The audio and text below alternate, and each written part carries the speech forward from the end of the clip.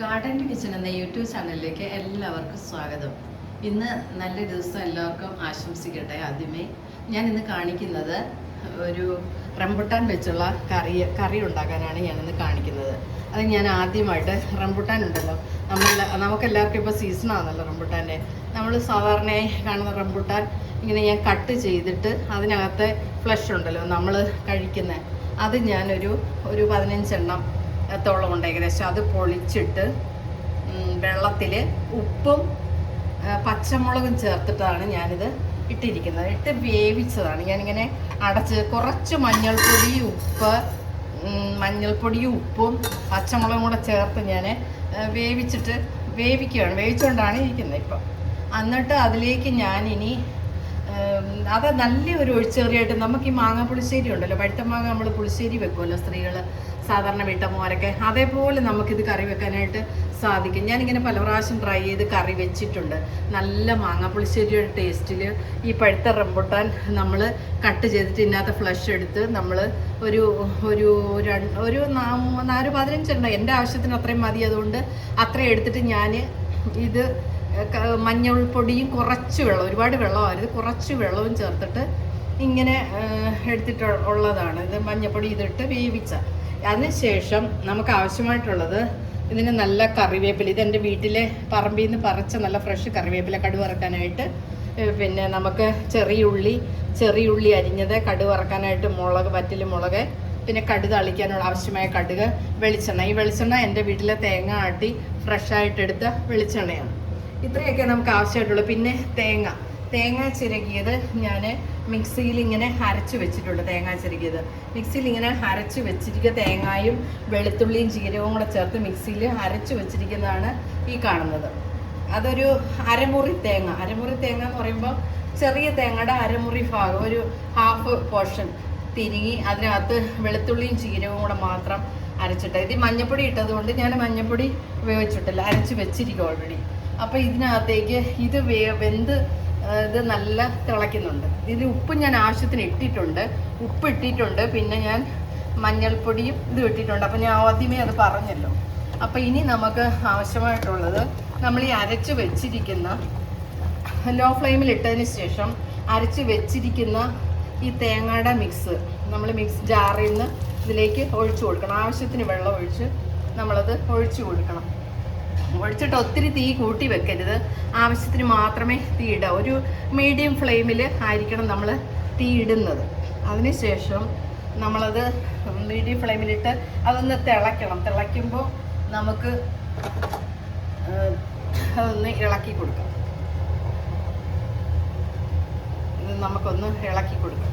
അപ്പം അതിനി ഒന്ന് തിളയ്ക്കണം. ആ തേങ്ങ അരച്ചതിൽ ശകലം ഞാൻ വെള്ളം ഒഴിച്ച് ലൂസായിട്ടുണ്ട്.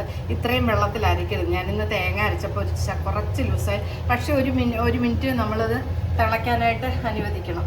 അന്നേരം അതങ്ങ് തിക്കാവും. നല്ലപോലെ ഒന്ന് അടച്ചു വെച്ച് കുറച്ച് സമയം തിളച്ച് തൂയി പോകരുത്, അത് നമ്മൾ ശ്രദ്ധിക്കണം. നന്നായിട്ട് തിളച്ച് തൂയി പോകാൻ നമ്മൾ ശ്രദ്ധിച്ചാൽ തിളച്ച് തൂയി പോകത്തില്ല. കുറച്ച് സമയം നോക്കി അടുത്ത് തന്നെ നിൽക്കണം. നമ്മൾ മാറിപ്പോയാൽ ചിലപ്പോൾ അത് തിളച്ച് പോകാനുള്ള ചാൻസ് ഉണ്ട്. അപ്പം നമ്മൾ നോക്കണം തിളച്ച് പോകുന്നു. അതൊന്ന് തിളയ്ക്കാൻ അനുവദിച്ചാൽ അത് നല്ല ഒരു തിക്കായിട്ട് വരും. കുറച്ച് സമയം കൊടുത്താൽ മതി. ഇപ്പം എല്ലാവർക്കും എന്തൊക്കെയാണ് വിശേഷം? ഇന്ന് എനിക്ക് മഴയില്ലാത്തൊരു ദിവസം കേട്ടോ. മഴ ഇന്ന് മാറിയപ്പോൾ എൻ്റെ ചെടികൾക്കൊക്കെ നല്ല പൂക്കളൊക്കെ, നല്ല തിളങ്ങി നിൽക്കുന്ന പൂക്കളൊക്കെ ഉണ്ട് എനിക്ക്. എൻ്റെ ചെടികൾക്കൊക്കെ എന്തോ നമ്മൾ കുറച്ച് വെള്ളം കൊടുക്കുമ്പോൾ വെയിൽ ചെടിക്ക് നല്ല എനർജി തരുന്ന ചെടികളൊക്കെ ഫ്രഷായിട്ട് നിൽക്കാൻ കുറച്ച് വെയിലൂടെ ആവശ്യമാണ്. മഴ തന്നെ ആകുമ്പോൾ ചെടികളും പൂക്കളും ഒക്കെ വല്ലാതാവുന്നു. എല്ലാവർക്കും എന്തൊക്കെയാണ് വിശേഷങ്ങൾ? എല്ലാവരും ഹാപ്പി ആയിട്ടിരിക്കുന്നു, സുഖമായിട്ടിരിക്കുന്നു. എനിക്ക് പ്രത്യേകിച്ചൊന്നുമില്ല. ഇന്ന് ലഞ്ചിനുള്ള ഒഴിച്ചുകറി ഞാൻ ഉണ്ടാക്കുന്നത്. എനിക്കൊരു തോരന്, മീൻകറി, ഇങ്ങനെയുള്ള മാങ്ങ പുളിശ്ശേരി എനിക്ക് ഭയങ്കര ഇഷ്ടമാണ്. പിന്നെ എനിക്ക് ഈ കറിയും ഈ റംബുട്ടാനുള്ള സീസണിൽ ഞാനിത് ഇങ്ങനെ വെക്കാറുണ്ട്. അത് എനിക്ക് ഭയങ്കര ടേസ്റ്റായിട്ട് തോന്നാറുണ്ട്. നല്ല മാങ്ങാപ്പുളിശ്ശേരി പോലിരിക്കും. ഇതൊന്ന് തിളയ്ക്കുമ്പോൾ നല്ലതാവും.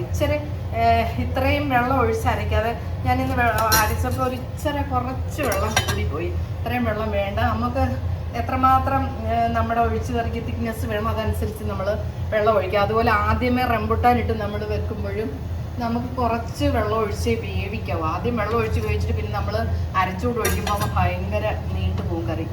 അതുകൊണ്ട് ചോറിലൊക്കെ ഒഴിക്കുമ്പോൾ റംബൂട്ടാൻ്റെ സീസണിൽ നമുക്ക് വയ്ക്കാൻ നല്ലതാണ് ഇത്രയും കറികളൊക്കെ. ഒഴിച്ചു കറിയായിട്ട് നമുക്ക് ഉപയോഗിക്കാം. ചിലരൊക്കെ റംബൂട്ടാൻ അച്ചാർ ഇടും. ഞാനിതുവരെ ഇട്ടില്ല കേട്ടോ. റംബൂട്ടാൻ അച്ചാർ ഇടുന്നവരും ഉണ്ട്. അങ്ങനെയൊക്കെയാ എൻ്റെ വിശേഷങ്ങൾ. ഇന്ന് ചെടിയൊക്കെ ഹാപ്പി ആയിട്ട് ഇരിക്കുന്ന, എല്ലാത്തിലും നിറയെ പൂക്കളുണ്ട്. ഞാൻ പുതിയ 2 ചെടിയോട് ഇന്ന് വാങ്ങിയിട്ടുണ്ട്. 2 റോസ് പ്ലാന്റ് കൂടി ഞാനിന്ന് വാങ്ങിയിട്ടുണ്ട്. ഇത് തിളച്ചു തുടങ്ങി. ഇന്ന് പുതിയ 2 റോസ് പ്ലാന്റ് വാങ്ങി. അത് എപ്പോഴെങ്കിലും ഞാൻ നിങ്ങളെ കാണിക്കാം. നല്ല കളർഫുള്ളായിട്ടുള്ള 2 റോസ് പ്ലാന്റ് ഇന്ന് രാവിലെ വാങ്ങി. അതെൻ്റെ പുതിയ വിശേഷം.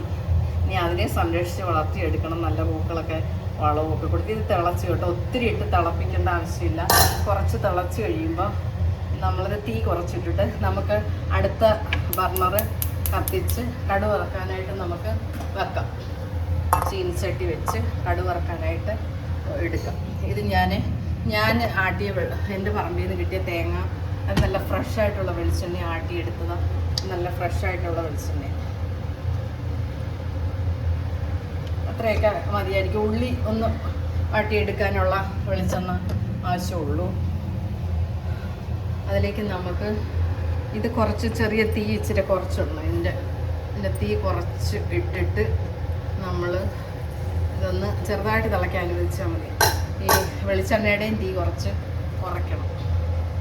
എന്നിട്ട് കടുക് താളിക്കാം. ഒരു കൈ കൊണ്ട് ചെയ്യുന്നതുകൊണ്ട് കുറച്ച് കടുക് മതി.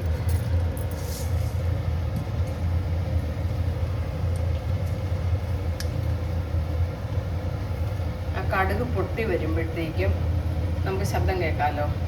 അത് പൊട്ടി വരുമ്പോഴേക്കും നമുക്ക് ഉള്ളി അരിഞ്ഞത്, ചെറിയ ഉള്ളി അരിഞ്ഞത് ഇട്ട് കൊടുക്കാം. ചെറിയ ഉള്ളി അരിഞ്ഞതെല്ലാം ഇട്ട് കൊടുക്കാം. ഈ ഫ്ലെയിം ശകലം കുറച്ചുകൂടെ കൂട്ടി വെച്ചാലും കുഴപ്പമില്ല. കാരണം നമുക്കത് പാകമായി കിട്ടണമല്ലോ, മൂത്ത് കിട്ടണം. അതുകൊണ്ട് നമുക്ക് ഫ്ലെയിം കുറച്ച് കൂട്ടി വെച്ചിട്ട് ഒന്ന് മൂപ്പിച്ച്. ഞാൻ ആദ്യമേ ഇതിൽ കറിവേപ്പില ഇട്ടിട്ടില്ല.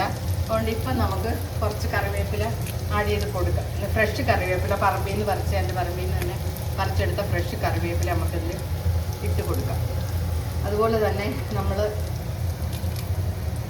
കടുക് വറക്കാൻ എടുക്കുന്ന എണ്ണയിലും കുറച്ച് കറിവേപ്പില നമുക്ക് ഇട്ട് കൊടുക്കാം. പൊട്ടിത്തെറിക്കാതെ സൂക്ഷിക്കണം. നമ്മൾ കുറച്ച് മാറി നിന്നിട്ട് വേണം ഇത് മുഖത്തൊക്കെ പൊട്ടിത്തെറിക്കാതെ സൂക്ഷിക്കണം. കറിവേപ്പിലേക്ക് ഇടുന്നത് പൊട്ടും, അത് ശ്രദ്ധിക്കണം. ഇതും അതുപോലെ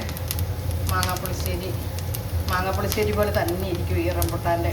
അതിനകത്തെ ആ സ്വീറ്റ്നെസ്സും ആ ചെറിയ പുളിയും തേങ്ങയ്ക്കകത്ത് നമ്മൾ അതിൻ്റെയൊക്കെ ഒരു ഇതുണ്ടല്ലോ, ജീരകത്തിൻ്റെയും വെളുത്തുള്ളിയുടെയൊക്കെ ആ ടേസ്റ്റും എല്ലാം കൂടെ ഇറങ്ങിയിട്ട് ഇനി ഇതൊരുവിധം മൂക്കുമ്പോഴേക്കും നമുക്ക് വറ്റൽമുളക് ഇട്ട് കൊടുക്കാം. അല്ലെങ്കിൽ അതങ്ങ് കരിഞ്ഞു പോകും. നമുക്ക് ലാസ്റ്റിൽ വറ്റൽമുളക് ഇട്ട് കൊടുക്കണം, അല്ലെങ്കിൽ പിന്നെ അത് കരിഞ്ഞു പോകും.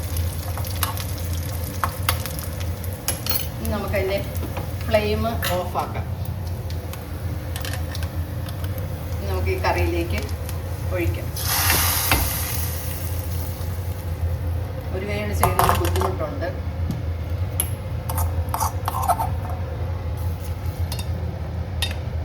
അപ്പം ഇത് നല്ലതാണ്. ഇത് കുറച്ച് സമയം ഇരിക്കുമ്പോൾ ഉണ്ടല്ലോ, ഇത് കുറച്ചുകൂടെ ഒന്ന് നല്ല കുറുകി ഇതിനകത്ത് ഫ്ലേവറെല്ലാം ഇറങ്ങും. നന്നായിട്ട് കുറുകുകയും ചെയ്യുമല്ലേ, ഫ്ലേവറെല്ലാം നല്ലതായിട്ട് ഇറങ്ങും. ഇനി നമുക്ക് ഈ കറി ഒഴിച്ച് കറി ഓഫാക്കാം. ഇതാണ് ഇന്നത്തെ എൻ്റെ ഒഴിച്ച് കറി. നല്ല ടേസ്റ്റായി ഈ കറി. ഇതെല്ലാവരും ഒന്ന് ട്രൈ ചെയ്ത് നോക്കണം. വേറെ വിശേഷമൊന്നുമില്ല. എല്ലാവരും ഹാപ്പി ആയിട്ടിരിക്കുക. നമ്മുടെ മൂഡ് അനുസരിച്ചായിരിക്കും ചില ദിവസം നമ്മുടെ പാചകം. ചിലപ്പോൾ ഞാൻ ചെയ്യുമ്പോൾ ശരിയാവാറില്ല. കാരണം എന്താണെന്ന് വെച്ചാൽ നമ്മുടെ മൂഡ് രാവിലത്തെ നമ്മുടെ മൂഡ് അനുസരിച്ചിരിക്കും. ഇത് അടച്ചു വെക്കുകയാണെങ്കിൽ ഫുൾ അടയ്ക്കരുത്. ഇങ്ങനെ ഹാഫ് ആവി പോകാൻ തക്കതുപോലെ നമ്മൾ അടയ്ക്കാൻ പാടുള്ളൂ. കാരണം എന്താണെന്ന് വെച്ചാൽ ഇതിനകത്ത് ഈ ആവി ആ വെള്ളം വീണാലുണ്ടല്ലോ, പിന്നെ അത് ഇപ്പം ഭയങ്കര ഇതിനകത്ത് വെള്ളത്തിൻ്റെ അംശമൊക്കെ ആയിക്കഴിഞ്ഞാൽ പിന്നെ നമുക്കത് ടേസ്റ്റ് ഇല്ലാതെ പോകും. ആവി വീണ് കഴിഞ്ഞാൽ ടേസ്റ്റ് ഇല്ലാതെ പോകും. അതുകൊണ്ട് ഞാനിങ്ങനെ സൈഡൊക്കെ ഒന്ന് ക്ലീൻ ചെയ്തിട്ട് വെക്കും. പിന്നെ പാത്രം ഹാഫ് ഇങ്ങനെ അടയ്ക്കാറുള്ളൂ കേട്ടോ. കാരണം ആ ആവി അങ്ങ് പോകണം, ആ നീരാവി അതിൽ വീണോ അതിൻ്റെ ടേസ്റ്റ് എല്ലാം പോകും. അങ്ങനെ അത്രയൊക്കെയാണ് എൻ്റെ വിശേഷം. എല്ലാവരും അപ്പം വീഡിയോ ഒക്കെ കാണണം, എന്നെ സപ്പോർട്ട് ചെയ്യണം, ഷെയർ ചെയ്യുകയും ലൈക്ക് ചെയ്യുകയും സബ്സ്ക്രൈബ് ചെയ്യുകയൊക്കെ ചെയ്യണം. അപ്പോൾ ഈ മറ്റൊരു വീഡിയോ ആയിട്ട് നമുക്ക് വീണ്ടും കാണാം. ബൈ.